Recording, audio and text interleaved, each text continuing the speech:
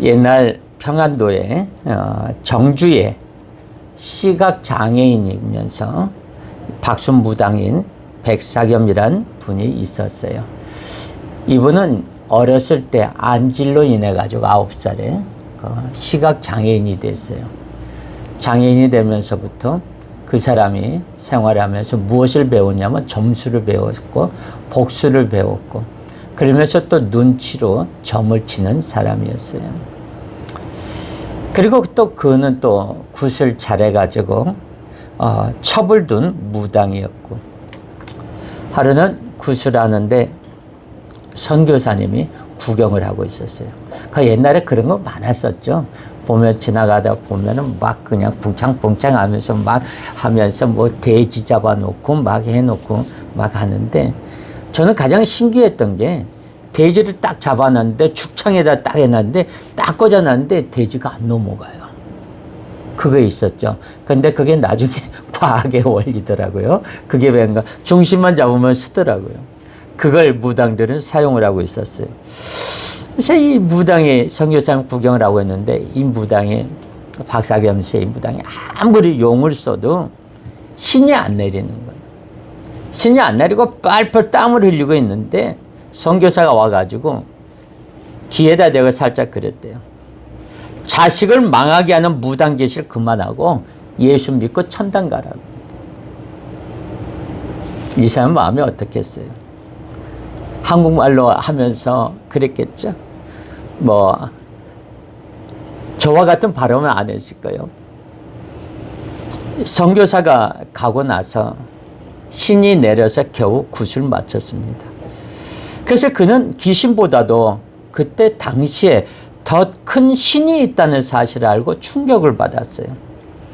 내가 섬기는 신이 가장 큰 신이라고 자기는 믿고 있었는데, 예수라는 신을 있다는 그 말 듣고 이 사람은 깜짝 놀래가지고, 그리고 자식을 망하게 하지 않으려고 다음날 선교사를 찾아갔어요. 어떻게 하면 자식이 잘 될 수 있느냐고 선교사님에게 물어봤습니다. 그래서 선교사님이 이렇게 이야기합니다. 예수를 믿으면 자식이 잘 되고 복을 받는다라고 이야기했어요. 그래서 그는 무당 일을 청산하고 온 가족이 하나님 앞에 돌아왔습니다. 그리고 마침 교회가 건축을 하게 되었는데 돈이 없어서 공사를 중단하게 되었어요. 그래서 그는 무당 일을 하면서 번 돈으로 사놓은 땅을 팔아가지고 교회에 건축 헌금을 하여서 예배당을 완공할 수 있었습니다. 교회 자신의 재산을 몽땅 헌금하고 그는 돈이 없어서 교회 사찰 일을 하면서 그때부터 그 교회 전도인이 되었어요. 그러면서 그 사람은 뭐냐? 다니는 곳마다 전도사가 돼서 자기 무당 일을 했던 것을 다 내려놓고 하나님의 말씀을 전하는 자가 되었어요. 그것도 시각장애인이. 그래서 아버지는 아들을 그의 아들이 똑똑하다는 말을 듣고 선교사님이 이분에게 이야기합니다. 아들을 미국에 데려가서 공부시켜도 되겠습니까? 라고 물었습니다. 아버지는 아들을 미국에 보내겠다고 하였고, 아들은 선교사의 도움으로 미국에서 공부하고 돌아와서 우리나라의 초대 참의원 의장까지 지내셨고, 문교부 장관까지 지내셨고, 그리고 연세대학교 총장을 지냈습니다. 그리고 기독교 개신교사를 책을 또 발간했었고 많은 일을 하셨어요. 그 아들이 바로 누구냐? 백낙준 박사입니다. 그의 아버지는 무당으로 귀신 앞에서 하나님 앞으로 돌아왔어요.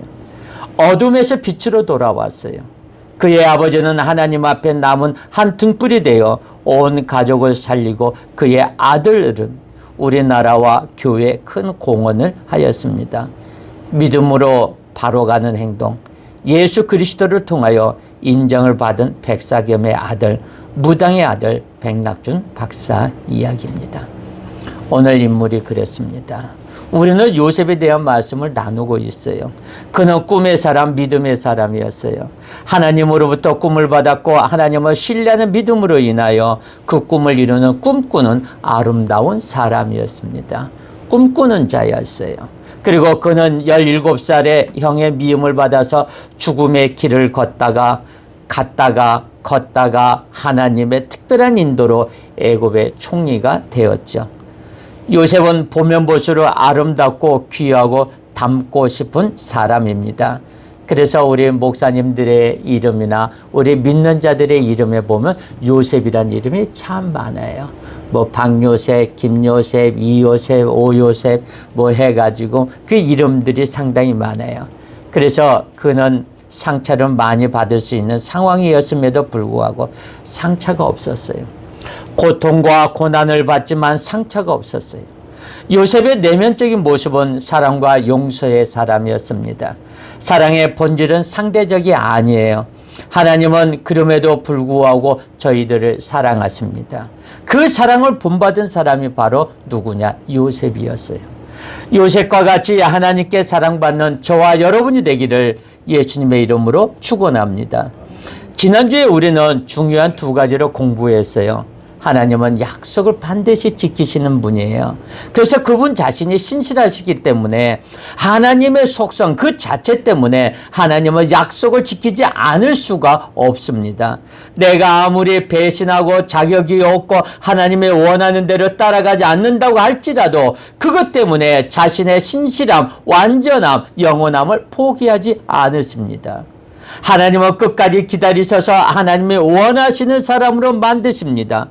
기다림의 특징은 뭐냐? 속이 상한다는 거예요. 하나님의 속도 많이 상하셨을 것입니다. 그렇지만 하나님은 기다리시는 분이에요. 아마 우리 같으면은 진짜 몇 번 쫓아가서 엉덩이를 걷어찼어도 몇 번 찼을 거예요. 하나님이 나를 보고 나를 참으시고 나를 인내하시고 나를 기다려주신 하나님이시구나 하는 거예요. 하나님은 그 약속을 반드시 지키십니다. 약속을 지키기 위해서는 능력이 있어야 돼요. 우리는 이 사실을 야곱에게서 보았습니다. 하나님은 야곱에게 신실하셨고 야곱에게 하신 약속을 지키셨어요. 저는 여러분의 인생을 마지막을 하나님의 복으로 장식해 주실 줄로 믿습니다. 하나님의 주신 약속의 성취에는 그분의 인자하심과 선하신 인도가 있었다는 거예요. 약속의 성취라는 말에는 무엇이냐? 하나님이 우리를 인도하신다는 내용이 포함되어 있어요. 한번 볼까요? 시편 23편에 보면은 어떤 내용이 되어 있느냐? 자, 우리 한번 다 같이 볼까요? 시편 23편 6절에 자, 시작. 내 평생의 선하심과 인자하심이 반드시 나를 따르리니 내가 여호와의 집에 영원히 살리로다 그랬어요. 하나님은 한 번도 나를 잊지 않으시고 선한 길로 인도하신다는 거예요. 반드시 내 평생의 선하심과 인자하심이 반드시 나를 따른다고 이야기하고 있습니다. 야곱은 요셉이 살아있다는 소식을 들었습니다. 그는 회복되기 시작했어요. 야곱은 자기가 살던 거처를 정리하고 가족들과 함께 짐을 싸서 이민을 갑니다. 거기에 하나님의 인도하심이 있었습니다. 하나님은 밤중에 야곱에게 오셔서 이렇게 말씀하십니다. 야곱아, 나는 내 아비의 하나님이니 애굽으로 가는 것을 두려워 말라. 너를 큰 민족을 이루게 하리라 그랬었어요. 왜? 야곱은 굉장히 마음이 불안했어요. 우리가 그러잖아요. 무슨 일을 하려고 하면, 새로운 일을 하려고 하면은 내가 저쪽으로 가야 되는데, 내가 이 일을 저쪽으로 들어가야 되는데, 과연 내가 괜찮을까? 그러면서 무엇을 보느냐 하면은 나의 상황을 보게 돼요. 내 나이를 보게 되고, 내 현재 처해 있는 상황을 보면서 거기에 내가 과연 들어갈 수 있을까? 들어가면 그것이 내가 성공할 수 있을까? 거기에 가면 우리 집안 식구들 모두가 다 행복할까? 그것이 진짜 하나님이 주신 것일까? 하는 거예요. 우리는 기도하다가 하나님 앞에 응답받았다는 이야기를 많이 합니다.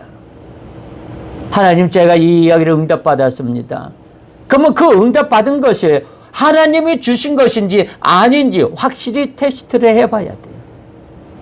하나님, 진짜 하나님이 주신 것입니까? 내가 하나님 앞에 매달려 기도했는데 이거 혹시 악한 영이 나에게 하나님으로 가장해서 나에게 주신 음성이 아닌지요? 혹시 하나님이 주신 것이라면 하나님 도와주세요. 기드온이 하나님 앞에 기도했어요.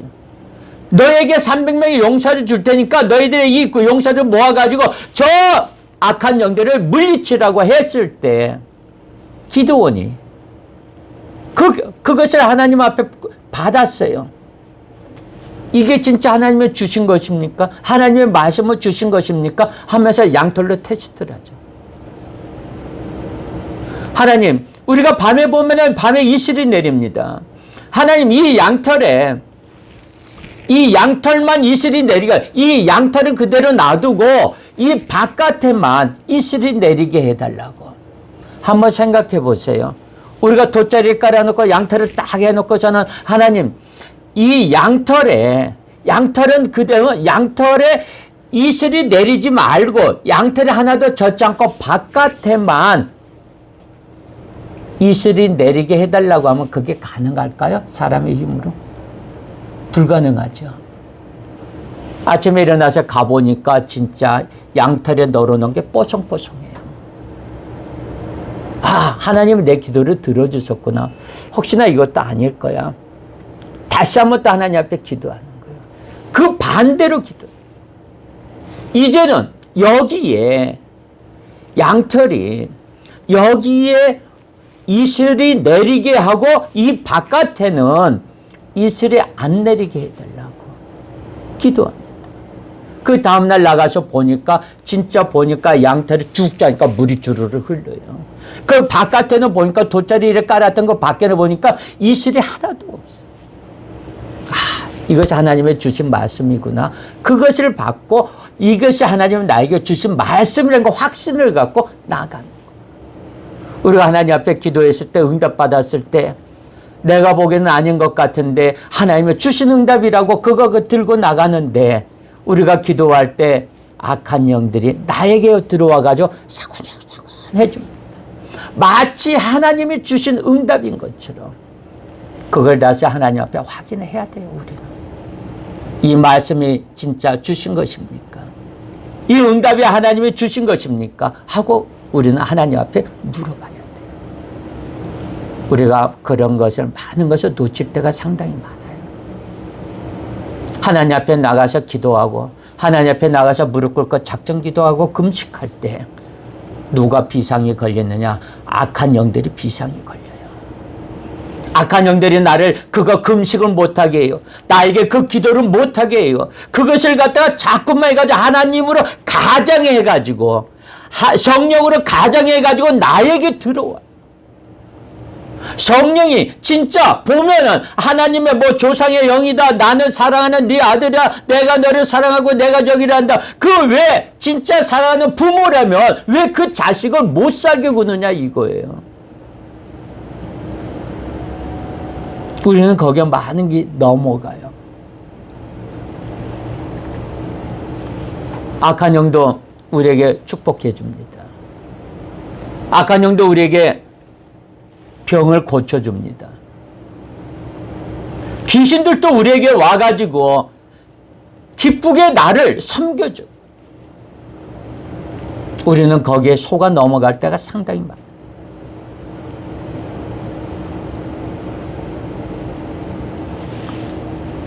어떤 분이 아버지를 굉장히 그리워했어요. 자기는 아버지 얼굴도 못 봤어요. 잠만 자면 아버지가 꿈속에 나타나. 꿈속에 나타나가지고 아버지하고 같이 놀러도 가고 놀이동산에도 가고 소풍도 가고 아빠가 그렇게 행복하게 해요. 그리고 그 다음날 자면은 또 아빠 꿈을 또 꿔요. 또 그 다음날 자면 아빠 꿈을 또 꿔요. 그러니까 나는 뭐냐면 저녁마다 아빠를 만나니까 너무너무 행복한 거예요. 그러다 보니까 어떤 욕심이 생겼냐? 아빠를 꿈속에서 자꾸 만나니까 아빠를 만나기 위해서 뭘 하는? 잠을 자는 거예요. 아버지를 만나기 위해서 잠을 자는 거야. 자기는 아빠의 얼굴도 몰라요. 너무나 그 아들 내 사랑하는 딸이다. 뭐 하면서 막 꿈속에 이름을 불러가면서 같이 하니까 너무너무 행복하고 좋은 거예요. 자기는 그동안에 아버지의 서름을 많이 받아왔어요. 그러니까 나중에는 뭐냐? 아버지를 만나기 위해서 24시간 잠을 자는 거예요. 그럼 그 사람이 뭐가 되냐? 생활이. 애들이 만신창이가 되는 거예요.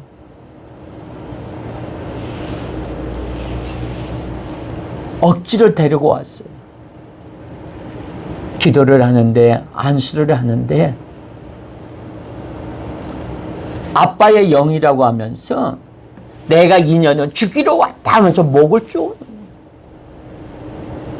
아버지로 가장에서 들어온 악한 영이에요. 그 집사님 나중에 그 이야기를 하는 거예요. 자기는 아버지를 몰랐대요. 너무나 아버지 없는 서름을 많이 당했다는 거예요. 그래서 아버지 영이에요. 어디냐면 아버지의 묘에 가가지고 산소에 가가지고 거기서 그 다음 날부터 아버지가 꿈속에 나타나더라는 거예요. 아버지로 가장한 악한 영이 들어온 거예요. 아버지가 들어와가지고 왜 이 딸을 죽이러 가겠어요? 내 사랑하는 내 딸인데. 그게 다 가장돼. 그게 악한 영이에요. 우리는 거기에 넘어갑니다. 하나님께서 야곱에게 이야기를 합니다. 두려워하지 말라. 나는 내 아비 하나님이다. 애굽으로 가는 것을 두려워 말고 너로 큰 민족을 이루게 하리라. 믿고 가라 하는 거예요. 하나님의 인도하심은 지상에서만 있는 것이 아니에요. 천국까지 우리를 인도하시는 분이에요. 하나님은 약속을 반드시 지키십니다. 하나님은 반드시 여러분을 천국까지 지켜주십니다. 오늘 본문에서 발견하는 것은 무엇이냐? 하나님이 우리를 인도하신다는 뜻이 무엇인가 하는 거예요. 하나님의 인도는 하나님이 우리의 모든 것을 채우시고 공급하신다는 거예요. 하나님 우리를 채워주고 하나님 우리를 인정해 주시고 하나님께서 우리와 함께 하시는 거예요. 하나님께서 내가 부족하고 힘들고 어려웠던 것을 하나님께서 다 도와주시고 역사해 주신다는 거예요. 그런데 우리는 그것을 때로는 잊어버리고 살아갈 때가 너무나 많아요. 한번 창세기 47장 1절 한번 볼까요? 시작. 요셉이 바로에게 가서 고하여 이르되 내 아버지와 내 형들과 그들의 양과 소와 모든 소유가 가나안 땅에서 와서 고센 땅에 있나이다 하고 그랬어요. 자, 드디어 이스라엘의 야곱이, 이스라엘이라 불리는 야곱의 가족을 데리고 가나안에서 고센 땅으로 들어오게 됩니다. 이주를 하게 되는 거죠. 온 식구들이. 이주를 하게 되면서 요셉은 이 사실을 왕에게 보고합니다. 그리고 형제 중에 몇 명이냐? 5명을 택해서 왕을 아련하게 하고 그들이 거할 수 있는 땅을 달라고 요청을 합니다. 거기에 요셉이 또 이제 아무나 데리고 간 게 아니라 이제 형제들 중에서 5명을 데리고 가요. 성경에 보면 그 5명이 누구라고 이야기는 안 되어 있는데, 왜냐하면 누가 보면 가서 혹시나 실수할까봐 그리고 형들한테 이야기를 다 합니다. 자, 한번 볼까요? 2절에서 4절 시작. 그의 형들 중 5명을 택하여 바로에게 보이니 바로가 요셉의 형들에게 묻되 너희 생업이 무엇이냐? 그들이 바로에게 대답하되 종들은 목자이온데 우리와 선조가 다 그러하니이다 하고, 그들이 또 바로에게 고하되 가나안 땅에 기근이 심하여 종들의 양떼를 칠 곳이 없기로 종들이 이곳에 거류하고자 왔사오니 원하건대 종들로 고센 땅에 살게 하소서 그럽니다. 자, 이때 당시에 애굽에서는 가장 천한 직업이 뭔지 아세요? 목자들이에요. 목자들을 가장 천한 직업으로 여기서는 취급을 하고 있었어요. 그래서 또 여기서 어떻게 됐냐면 이 요셉의 형들은 뭐냐? 요셉의 코치를 받아가지고 왕에게 말을 했어요. 그래서 요셉은 애굽의 총리 대신으로서 애굽에서 제일 좋은 땅을 아는 사람이에요. 거기에 대해서 종리를 읽고 전국을 순회하고 이거 관할을 하는데 어느 땅이 괜찮고 어디가 괜찮고 어디가 괜찮다는 것을 알고 있잖아요. 근데 지금은 그곳이 뭐냐? 기근으로 인해가지고 풀한 포기는 없지만 그래도 그 땅은 기름진 땅이고 기후적으로 여건적으로 봐도 거기가 좋은 곳이라는 걸 알기 때문에 형들한테 이야기를 합니다. 왕이 이렇게 물으면 직업은 뭐냐? 저희들은 선조 때부터 우리는 목축업을 하고 있는 사람입니다. 우리는 그 기름진 땅이, 우리는 저 고센 땅이 필요하니 고센 땅을 달라고 이야기를 합니다. 그래서 요셉은 형들을 통해 그 땅을 달라고 말하고 있습니다. 하나님은 여러분에게 제일 좋은 땅을 주실 것입니다. 하나님은 여러분에게 제일 좋은 것을 주실 것입니다. 왜 하필이면 고센 땅을 달라고 했을까요? 세 가지 이유가 있어요. 거기에는 첫째는 뭐냐? 창세기 46장을 보면 방금 제가 이야기했죠. 목축업을 하기에 가장 좋은 비옥한 땅이었기 때문이에요. 요셉의 가족은 선조 때부터 목축업을 했어요. 그래서 요셉은 뭐냐? 목축업을 하기에 좋은 땅을 골랐습니다. 그리고 둘째는 이 고센 땅은 뭐냐? 애굽 사람들이 사는 땅이 아니었어요. 그곳에는 애굽 사람들이 없었고 다른 사람들이 조금 있는데 거기에는 누구냐? 그래서 아버지와 가족들이 애굽 사람들과 섞여 살지 않고 독립해서 살기 딱 좋은 곳이었어요. 그러다 보니까 왜냐하면 지금은요 애굽 사람들이 믿는 신을 믿지 않았어요. 야곱은. 그리고 하나님께 예배를 드려야 했어요. 그리고 그들의 풍습과 언어가 있습니다. 우리가 미국이나 이런 데 가면은요, 제가 재미있는 이야기를 하는데, 아시는 분이 미국에 가서 12년 동안 생활을 했어요. 그래 12년 동안 생활을 하고 왔는데, 그랬더니, 그 영어 잘하겠네, 나 영어 몰라. 아니, 미국에 12년 동안 가 있다면서, 야, 영어가 필요 없더라. 왜? 매일 보는 사람이 한국 사람만 보는 거예요. 물건을 사러 가다 한인타운으로 가는 거예요. 아예 마을 자체가, LA의 아예 자체가 한인타운이 조성이 되어 있는 거예요, 거기에.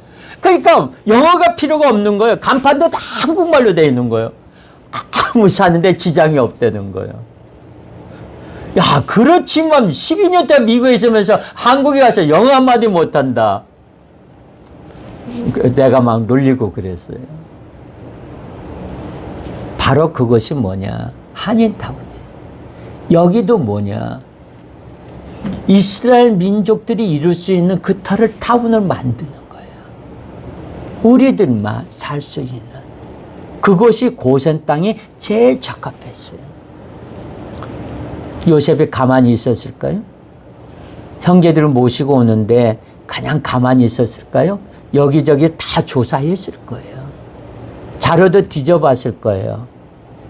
지금은 뭐냐? 기근 때문에 모든 게 땅에 그냥 완전히 거북등처럼 돼 있어가지고 땅에 밟는 데마다 먼지가 풀풀풀풀 나요. 잔뜩 있어요. 먼지만. 그러니까 어떤 땅이 좋은지는 몰라요. 그러면서 요셉이 여기저기 자료를 보면서 야, 고센 땅이 좋고 지역적으로도 괜찮고 여기는 누가 애굽 사람들하고 동떨어져 있으니까 애굽 사람들 이쪽으로 많이 안 오니까 여기가 좋겠다. 그래서 고센 땅에서 거기에 대해서 형들한테 이야기를 하는 거예요. 왕이 묻거든 이거 이렇게 했자 2차 2차 저차 저차 요차 요차 이야기를 해라 하고 이야기를 합니다. 거기는 문화가 있습니다. 자기들끼리 사니까 문화를 지킬 수 있죠. 이것을 잘 지킬 수 있는 땅이 바로 고센 땅이에요. 그래서 모국어와 전통과 동질성을 유지할 수 있는 땅이 바로 고센 땅이었습니다. 그래서 우리는 국내에서 살 수도 있고 국외에서도 살 수도 있습니다. 어디에서 살든지 하나님을 믿는 우리의 모습을 흔들리지 않아야 돼요. 그래서 어디를 가든지 이것을 지켜야 합니다. 더 중요한 이유가 있어요. 고센 땅은 뭐냐? 가나안과 가장 가까웠다는 거예요. 언제든지 마음만 먹으면 돌아올 수 있었어요. 요셉은 이것을 염두에 두었어요. 그래서 기근을 피해 애굽으로 오긴 했지만 가나안을 잊은 건 아니었어요. 그래서 우리는 이 땅에서 삽니다. 그러나 이곳은 영원한 땅이 아닙니다. 애굽과 같은 곳입니다. 우리가 가야 할 곳은 젖과 꿀이 흐르는 땅, 영원한 땅, 하나님의 나라입니다. 요셉의 형들이 요청을 받은 바로 왕은 즉각 응답을 합니다. 뭐라고 응답을 하느냐? 5절과 6절 한번 볼까요? 다 같이 시작. 바로가 요셉에게 말하여 이르되 내 아버지와 형들이 내게 왔은즉 애굽 땅이 내 앞에 있으니 땅이 좋은 곳에 내 아버지와 내 형들이 거주하게 하되 그들이 고센 땅에 거주하고 그들 중에 능력 있는 자가 있거든 그들로 내 가축을 관리하게 하라 그랬어요. 왜? 이 사람들은 선조 대대로 자기의 목축업을 하는 사람이에요. 전문가예요. 많은 노하우가 있는 거예요. 그랬더니 이 왕이 가지고 있는 재산 중에 많은 가축이 있을 거 아니에요. 그러면 뭐냐? 니네들이 내 것까지 관리 좀 해줘라 하는 거죠. 그러면 그 관리하는데 공짜로 했을까요? 아니죠. 거기에 대한 보수를 받았겠죠.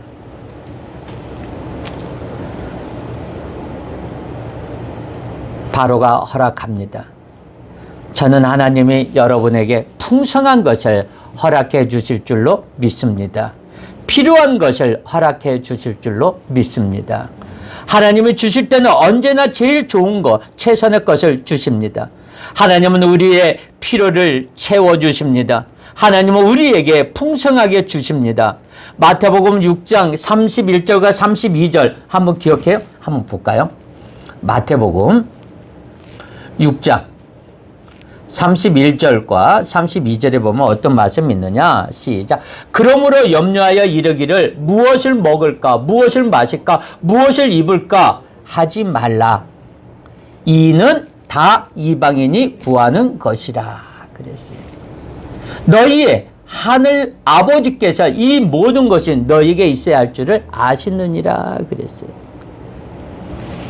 먹고 마시는 것, 구하는 것, 이것은 이방인들, 즉 하나님이 없다고 하는 사람들이 구하는 것이라는 거예요. 하나님을 믿고 신뢰하는 분은 그의 나라와 그의 의를 구하십시오. 그러면 그것을 더하실 것입니다. 이 사실을 믿으시기를 바랍니다. 세상이 아무리 험해도 하나님은 우리에게 먹을 것과 마실 것을 주십니다. 모세가 광야에서 살 때 만나를 주셨는데 여기서 배우는 것은 음식은 내가 노력해서 먹는 것이 아니라는 거예요. 직장에서 땀 흘려 일한다고 먹을 것이 생기는 것이 아니에요. 양식은 하나님이 주시는 것입니다. 그렇기 때문에 우리가 늘 항상 주님 앞에 감사와 기도를 드리는 거예요. 하늘에서 만나가 내립니다. 매일매일 내리는 것입니다. 이것이 바로 양식이에요. 그렇기 때문에 양식을 독점하거나 음식을 가지고 사람을 조종하면 안 되는 거예요. 북한이라는 나라는 식량을 가지고 사람을 조종합니다. 사자기는 하나님의 뜻이 아니에요. 이 지상에 있는 음식을 골고루 나눠 먹으면 절대 굶는 사람이 없습니다. 그러나 죄인인 인간은 식량을 독점하려고 합니다. 식량을 가지고 장사를 합니다. 어떤 여인이 미국에서 제가 엊그저께 휴지를 주문을 했는데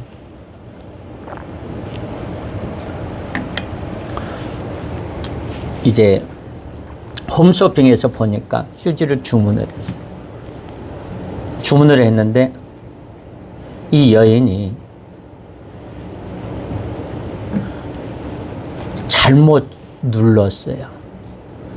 원래 한 박스만 주문하면 된다는 것을 이 한 박스 안에 100개가 들어있다는 것을 생각하고 100박스로 주문을 했어요. 이 여자가 그때까지 몰랐어요. 택배가 왔는데 휴지가 1톤처럼 한 차가 와버린 거예요. 난감하죠. 나는 분명히 한 박스만 100개 100롤이 들어있는 거 한 박스만 주문했는데 100박스를 주문해가지고 진짜 어마어마하게 온 거예요. 이 여인이 너무나 황당해가지고 나는 아닌데 그랬더니 보시라고 이렇게 주문했다고 보니까 자기가 잘못 누른 거예요. 창고에 넣자마자 코로나가 생기면서 코로나가 팬데믹 상태가 오면서 미국 쪽에서 한때 뭐가 품귀 현상이 일어났죠? 화장지 이것저것 하면서 화장지가 품귀 현상이 일어난 거예요. 이 여인이 인터넷 보니까 자기 화장기가 넘쳐나는데 어떻게 감당할 수가 없어가지고 일단 창고에다가 꾸역꾸역 해가지고 자기 방이랑 창고에다가 애들 방에까지 꾸역꾸역 다 해가지고 억지로 거기다 쌓아놨어요. 그랬더니 한 2주일 지나니까 이 화장지가 이 사재기들을 하느라고 품귀 현상이 일어나가지고 그 사람은 그걸로 화장지 팔아서 돈 벌었잖아요. 그 이야기가 인터넷에 떴더라고요. 이건 뭐냐? 사재기는 예수 믿지 않는 사람들이 하는 거예요. 그래서 사재기는 하나님의 뜻이 아닙니다. 이 지상에 있는 음식을 골고루 나눠 먹으면 절대 굶는 사람이 없습니다. 그러나 죄인인 인간은 식량을 독점하려고 해요. 식량을 가지고 장사를 합니다. 그래서 어떤 사람은 음식을 버리고 어떤 사람은 굶는 거예요. 음식은 하나님이 주시는 거예요. 일용할 양식을 주십니다. 양식의 본질은 하늘에서 매일 내려오는 거예요. 그리고 안식일이 있습니다. 안식일에는 양식이 없고 그 첫날 이틀분을 주십니다. 이것이 바로 양식의 원칙이에요. 이것을 지키면 절대로 굶는 법이 없습니다. 우리는 만나의 법칙을 알고 나면 삶의 법칙을 알게 되는 거죠. 하나님께서 오늘 먹을 양식을 주신다고 믿고 하나님의 나라와 의를 구하면 하나님께서는 우리가 필요한 것을 채워주시는 거예요. 돈 문제나 직장 문제나 생업 때문에 걱정하지 않기를 바랍니다. 우리가 기도하는 거의 대부분의 것이 생업 문제일지 모릅니다. 기도의 순서를 바꾸고 방법을 바꾸어 보십시오. 먼저 그의 나라와 그의 의를 구해 보십시오. 그러면 하나님께서 이 모든 것을 더해 주실 것입니다. 이 만족도 이 우리나라의 민족도 마찬가지예요. 하나님을 경외하는 민족, 하나님을 신뢰하는 민족이 되어야 됩니다. 국회가 예산의 10분의 1을 떼어서 하나님께 그러면 얼마나 좋을까요? 10분의 1을 떼어서 가난한 자들에게 나누어 주고 하나님의 일을 위해 쓴다면 아마 눈 감고도 살 수 있을 거예요. 대포나 핵무기가 없어도 얼마든지 잘 살 수 있어요. 이것이 바로 하나님의 방법입니다. 우리가 3월 9일 날 대통령 선거가 있습니다.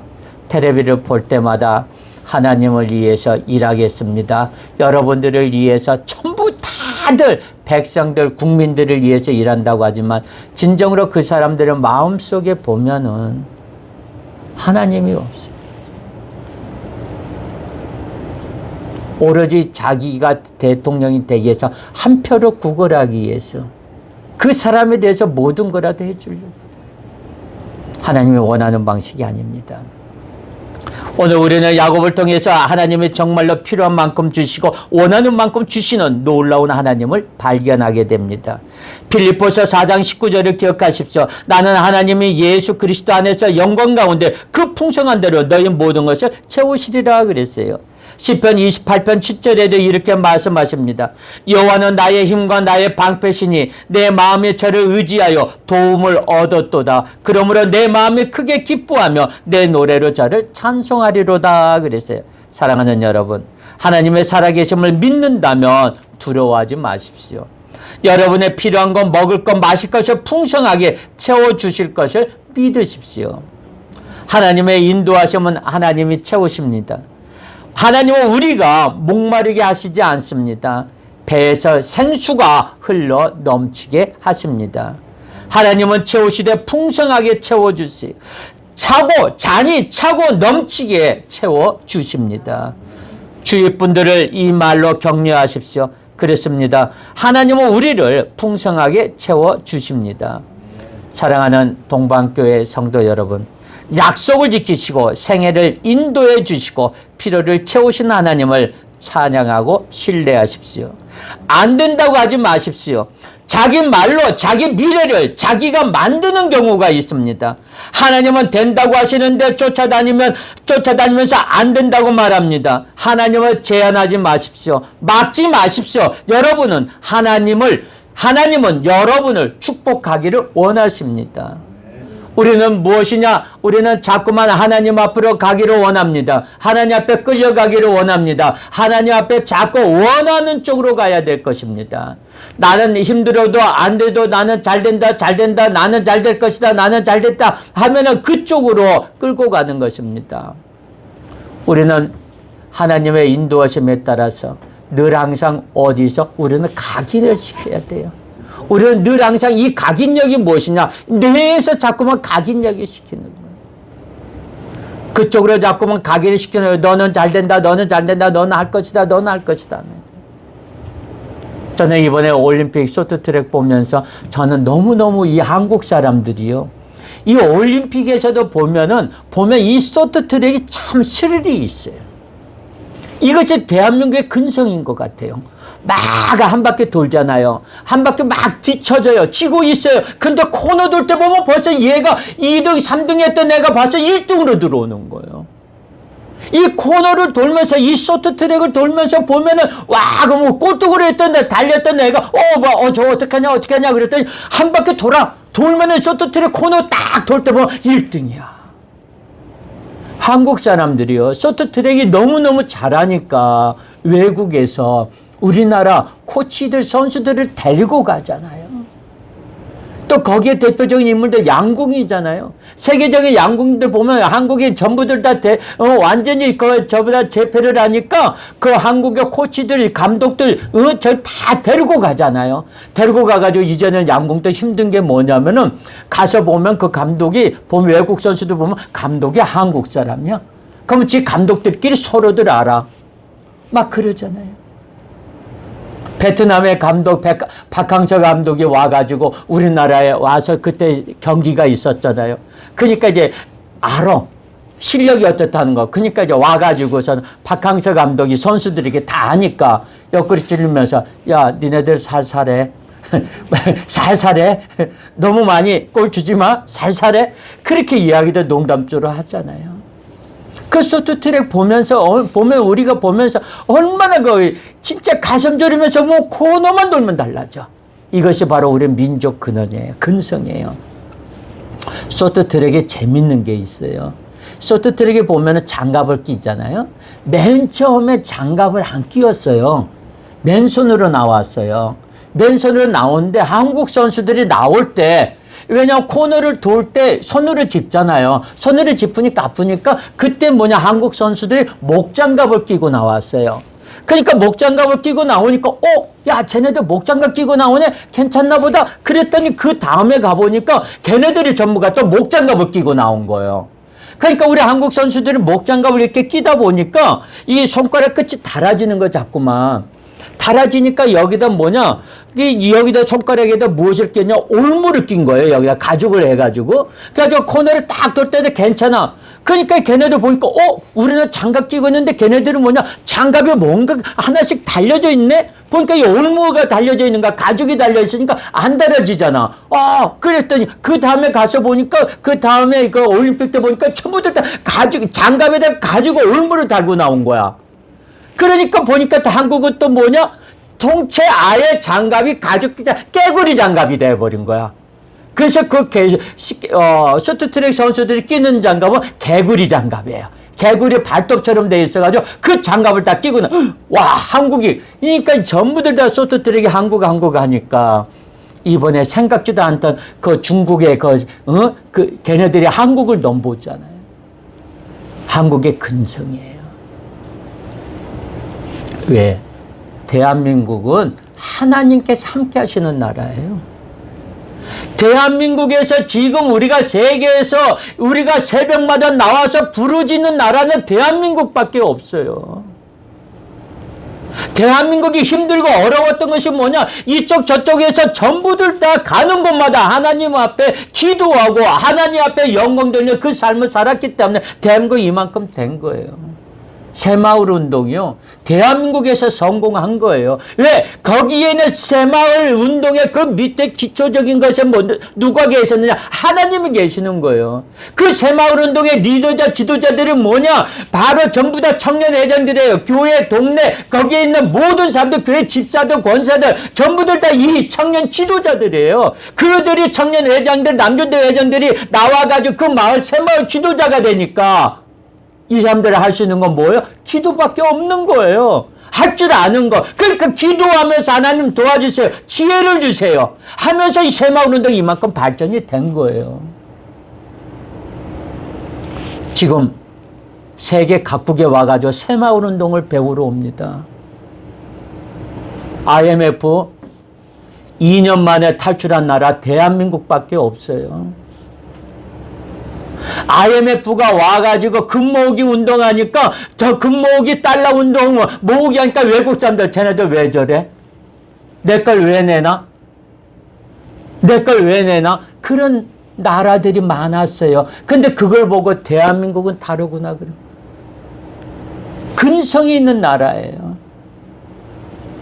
지금 보면은 많은 선수들이 지금 중국에서 베이징 올림픽에서 전부들 다 열심히 하는 거 보면은 너무너무 저 선수들이 굉장히 훌륭해요.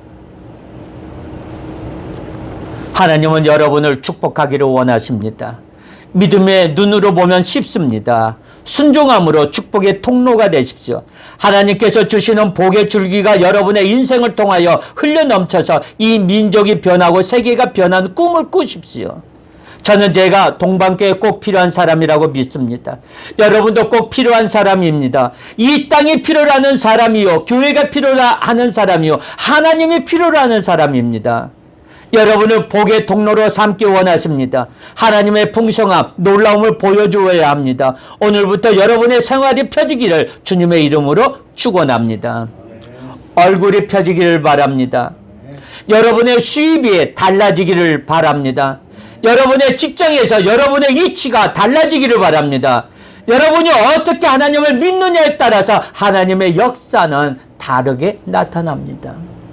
똑같이 하나님 앞에 예배를 드렸는데 누구는 잘되고 누구는 복되고 누구는 하나님 앞에 은혜 받고 누구는 성령 충만하고 누구는 시험에 들어가는 사람이 있어요.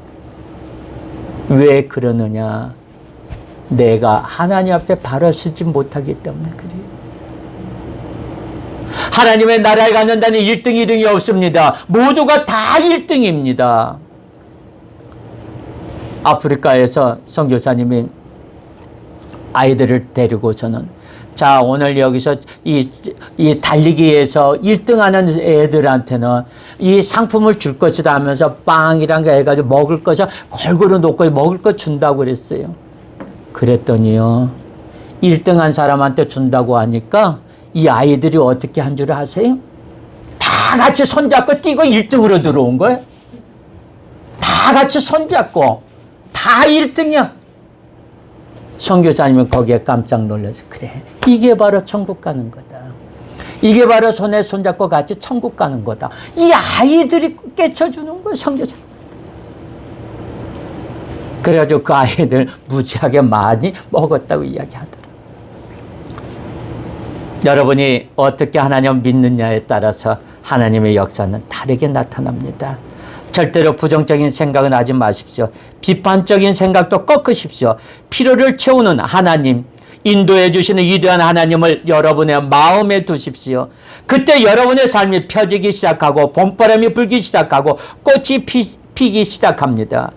99%의 불가능을 보지 마시고 1%의 가능성을 보십시오. 그리고 미치도록 일하십시오. 하나님이 계시기 때문입니다. 우리의 기도를 응답해 주시기 때문입니다. 여러분의 자녀가 잘 되실 줄로 믿습니다. 그렇게 믿고 기도하십시오. 저는 우리 민족 때문에 속상할 때가 많습니다. 그래도 우리 민족이 다 잘 될 줄로 믿습니다. 하나님의 희망이요 하나님의 바로 미래입니다. 하나님만 생각하면 희망이 있습니다. 하나님의 희망이요 미래가 바로 우리 우리의 삶입니다. 저의 미래는 하나님 그분이십니다. 우리는 홍해를 가르시고 광야에서 40년 동안 날 살게 하시고 적과 꿀이 흐르는 땅으로 들어가게 하시고 가나안의 7 족속을 멸하게 하신 분이 바로 하나님이십니다. 그 하나님을 붙들고 살아가는 저와 여러분들이 되기를 예수님의 이름으로 축원합니다.